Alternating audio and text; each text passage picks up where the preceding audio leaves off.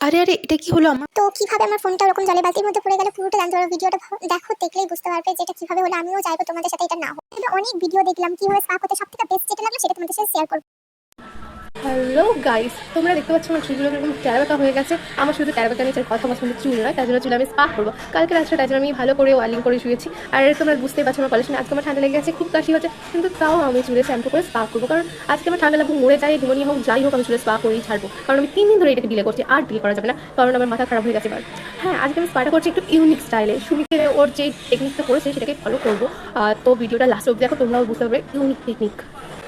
আমি ইউটিউবে অনেক ভিডিও দেখি, বাট সুমির ভিডিওটা দেখলাম।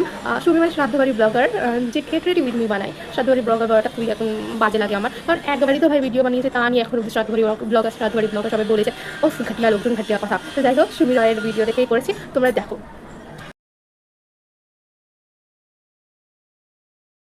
এক চামচ ক্রিমের সাথে অনেকটা সিরাম মেশাতে হবে, তাহলে একদম চুলটা দেখবে শাইনি সিল্কি আর সুন্দর হয়ে যাবে।